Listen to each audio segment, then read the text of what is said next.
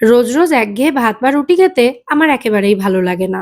আমার বাড়ির কারোরও পছন্দ নয় খুব একটা, স্পেশালি ডিনারে। তাই আমি চেষ্টা করি মাঝে মধ্যে ডিনারটা একটু অন্যরকম কিছু বানাতে। আজ সেরকমই একটু অন্য ধরনের একটা ডিনার রেসিপি শেয়ার করছি। আশা করছি আপনাদেরও ভালো লাগবে। নমস্কার বন্ধুরা, মেঘার সাথে বাঙালিয়ানার আরো একটি নতুন পর্বে আপনাদের সবাইকে স্বাগত। আচ্ছা, সবার ১ম এ আমাদের একটু নুডলস বা স্প্যাগেটি সেদ্ধ করে নিতে হবে। তো আমি এখানে এটা সেদ্ধ করার জন্য আমার ১১ রিজেন্সির ইলেকট্রিক মাল্টিকুক কেটল উইথ স্টিমার ব্যবহার করছি। কেটলটাতে পর্যাপ্ত পরিমাণে জল দিয়ে জলটা হাই টেম্পারেচারে রেখে ঢাকা দিয়ে ফুটে যাওয়া পর্যন্ত অপেক্ষা করব। আর ততক্ষণে আমি এখানে কিছু টমেটো নিয়েছি। ৬ টা এরকম মাঝারি সাইজের টমেটো নিয়েছি। এগুলোকে এভাবে ক্রস করে কেটে দিচ্ছি। টমেটোগুলো আমাদের পরে সেদ্ধ করতে হবে। ১ মিনিটের মধ্যেই জলটা ফুটতে শুরু করেছে। তো কেটেলের ঢাকনা খুলে পর্যাপ্ত পরিমাণে নুন দিয়ে তারপর এর মধ্যে ১ প্যাকেট স্প্যাগেটি দিয়ে দিচ্ছি আমি। আমি এখানে স্প্যাগেটি ইউজ করছি। আপনারা যেকোনো নুডলস এখানে ব্যবহার করতেই পারেন। আর বরাবরের মতো আমি এখানে ডুরুম হুইটের সেমোলিনা দিয়ে তৈরি স্প্যাগেটি ইউজ করছি, যেটা একটু হেলদিও হয়। আর কথিত আছে স্প্যাগেটি সেদ্ধ করার সময় সেটা যদি ভেঙে, ভেঙে দেওয়া হয় সেদ্ধ করার জন্য তাহলে কিন্তু সেটা স্প্যাগেটির অপমান। তাই এরকম লম্বা অবস্থাতেই স্প্যাগেটি গুলো রেখে দিয়েছি। নিচের দিক থেকে আস্তে, আস্তে স্প্যাগেটি গুলো নরম হতে থাকবে এবং এটা কিন্তু আস্তে, আস্তে জলের মধ্যে ডুবে যাবে। আমার মনে হচ্ছিল জলটা একটু কম আছে, তাই জলের পরিমাণটা আমি আরো একটু বাড়িয়ে দিলাম। আস্তে, আস্তে দেখুন মোটামুটি ২ থেকে ৩ মিনিটের মধ্যেই কিন্তু স্প্যাগেটি গুলো জলের মধ্যে এভাবে ডুবে যাবে। আর স্প্যাগেটির প্যাকেটের উপরে লেখাই থাকে যে স্প্যাগেটি সেদ্ধ হতে কতক্ষণ সময় লাগবে। আমি যে কোম্পানির স্প্যাগেটি ইউজ করেছি এখানে, সেটা সেদ্ধ হতে মোটামুটি ৯ মিনিট মতো সময় লাগে। তো সেই টাইমটা ওকে দিতে হবে। মাঝে মধ্যে এভাবে একটু নাড়াচাড়া করে দিচ্ছি যাতে চারিদিক থেকে স্প্যাগেটিগুলো সুন্দরভাবে ইকুয়ালি সেদ্ধ হয়ে যায়। আমার উচিত ছিল ১/২ কেজি স্প্যাগেটি এখানে আমি নিয়েছি সেটাকে দুবারে সেদ্ধ করা। তবে আমি একবারেই দিয়ে দিয়েছি। দেখতেই পাচ্ছেন কেটল পুরো ভর্তি হয়ে গেছে। তো যেকোনো নুডলস এর মতো স্প্যাগেটিও একই রকমভাবে চেক করে নিতে হবে যে নরম হয়েছে কিনা। এটা যদি হাত দিয়ে ইজিলি কেটে নেওয়া যায় তাহলে বুঝতে হবে এটা ভালোমতো সেদ্ধ হয়ে গেছে। তখন এটা নামিয়ে জল ঝরিয়ে নিতে হবে। তো আমি কেটেলের সঙ্গে যে স্ট্রেনারটা এসেছে ওটার উপরেই স্প্যাগেটিটা দিয়ে জল ঝরিয়ে নিচ্ছি দুবারে। মানে ২ টো ব্যাচে। যেহেতু একটু বেশি পরিমাণে স্প্যাগেটি রয়েছে এখানে, তাই ২ টো ব্যাচে এটা করতে হচ্ছে। আর স্প্যাগেটি বা নুডলস সেদ্ধ করা জলটা কিন্তু মোটেই ফেলে দেবেন না। এই জলটা কিন্তু পুরো রান্নায় ব্যবহার হবে। তো জলটা আমি ছেঁকে নিয়ে আলাদা রেখে দিচ্ছি। আর এই জলটা ব্যবহার করেই টমেটোটাও সেদ্ধ করে নেব। তো ওই সেম কেটেলেই আমি এখানে দিয়ে দিচ্ছি স্প্যাগেটি বা পাস্তা সেদ্ধ করা জল খানিকটা। তারপর এর মধ্যেই ওই স্লিট করে রাখা টমেটোগুলো দিয়ে এগুলোকে সেদ্ধ করে নিতে হবে ৪ থেকে ৫ মিনিট সময় নিয়ে। আর টমেটোটা সেদ্ধ করার সময় কেটেলটা ঢাকা দিয়ে দিচ্ছি। ৪-৫ মিনিট সেদ্ধ করার পর যখন দেখবেন টমেটোর খোসাগুলো আপনা আপনি ছাড়তে শুরু করেছে, তখন বুঝতে হবে টমেটোটা ভালোমতো সেদ্ধ হয়ে গেছে। তখন এটাকে একটা আলাদা পাত্রে তুলে টমেটোর খোসা ছাড়িয়ে এটাকে একটু ঠান্ডা করে তারপর মিক্সিতে ব্লেন্ড করে নিতে হবে। আমি যেহেতু টং ইউজ করছি তাই গরম অবস্থাতেই টমেটোর খোসাটা ছাড়িয়ে নিচ্ছি। আর যতক্ষণে টমেটোটা ঠান্ডা হচ্ছে ততক্ষণে আরো একটা কাজ একটু এগিয়ে রাখছি আমি। একটা ম্যানুয়াল চপার নিয়ে তার মধ্যে নিয়েছি কিছু বোনলেস চিকেনের টুকরো। টোটাল ৩৫০ গ্রাম বোনলেস চিকেনের পিস নিয়েছি। সেটাকে দুবারে আমি এই ম্যানুয়াল চপারের সাহায্যে এভাবে একদম মিহি করে কুচিয়ে নেব। এই ম্যানুয়াল চপারে কিন্তু খুব সুন্দর চিকেন কিমা হয়। তবে দড়ি ধরে টানাটানি করাটাও একটু কষ্টসাধ্য কাজ, তাই একটা ইলেকট্রিক চপার অর্ডার করেছি। এসে গেলে সেটাও আপনাদের সাথে শেয়ার করব। যাই হোক চিকেন কিমা রেডি। এবার চলে যাচ্ছি পরবর্তী স্টেপে। একটা কড়াই খুব ভালো করে গরম করে নিয়ে তার মধ্যে ২ থেকে ৩ টেবিল চামচ মতো সাদা তেল দিয়েছি। আপনারা এখানে অলিভ অয়েলও ইউজ করতে পারেন।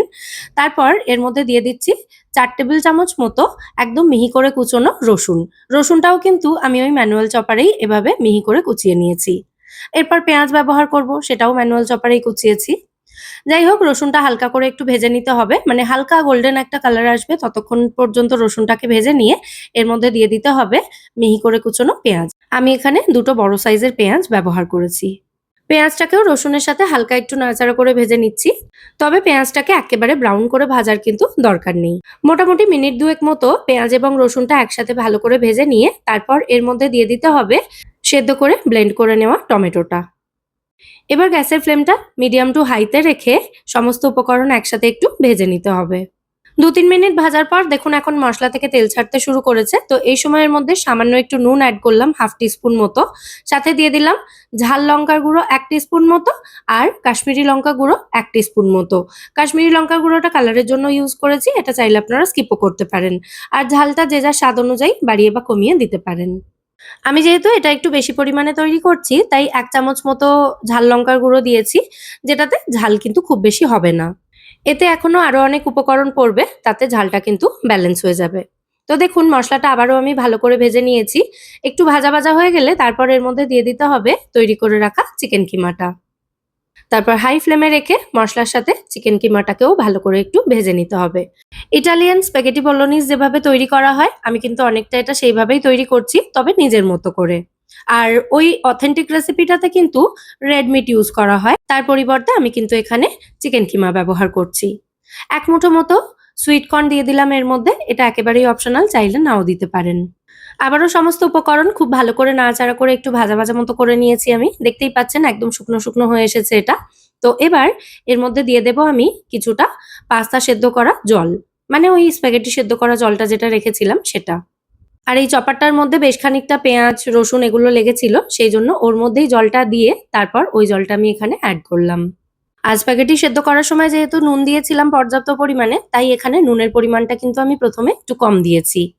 এবার এর মধ্যে দিয়ে দিচ্ছি 2 টেবিল চামচ মতো টমেটো সস, আর তার সাথে দিয়ে দেব ইটালিয়ান সিজনিং 1 টিস্পুন মতো, সাথে 1 টিস্পুন মতো অরেগানো দিয়ে দেব।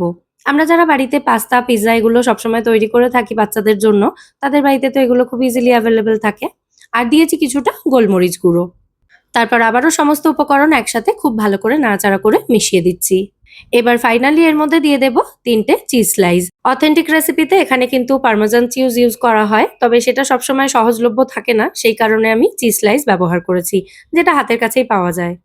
যাই হোক, আবারও সমস্ত উপকরণ খুব ভালো করে নাড়াচাড়া করে মিশিয়ে দিচ্ছি। আর চিজটা মেল্ট হয়ে এই গ্রেভিতে মিশে যাওয়ার ফলে গ্রেভির কালারটা দেখুন কি সুন্দর, হালকা একটু ফেড হয়ে গেছে, খুব সুন্দর একটা কালার এসেছে। তো গ্যাসের ফ্লেমটা অফ করে একটু ফ্রেশ পার্সলে অথবা ধনেপাতা কুচি ছড়িয়ে এটাকে ভালো করে মিশিয়ে নিলেই কিন্তু এটা একেবারে রেডি হয়ে যাবে। তো এবার এটাকে নামিয়ে নেব। আর আপনারা চাইলে সেদ্ধ যে স্প্যাগেটিটা রয়েছে সেটার ওপরেই এটা দিয়ে সার্ভ করতে পারেন, তবে আমি সেটা না করে স্প্যাগেটিটাকেও একটু প্রিপেয়ার করে নিচ্ছি যাতে এর টেস্ট আরো বাড়ে। তো একটা ফ্রাইং প্যানে 2 টেবিল চামচ মতো অলিভ অয়েল গরম করে নিয়ে এর মধ্যে দিয়েছি আমি 2 টেবিল চামচ মতো রসুন কুচি। রসুন কুচিটা একটু ভেজে নিয়ে তারপর এর মধ্যে কিছুটা অরেগানো আর চিলি ফ্লেক্স অ্যাড করছি। তারপর স্প্যাগেটি সেদ্ধ করা যে জলটা ছিল সেটা দিয়ে দিচ্ছি বেশ খানিকটা, হাফ কাপ মতোই দিয়েছি। তারপর এটাকে লো ফ্লেমে 2 থেকে 3 মিনিট মতো ফুটতে দিতে হবে।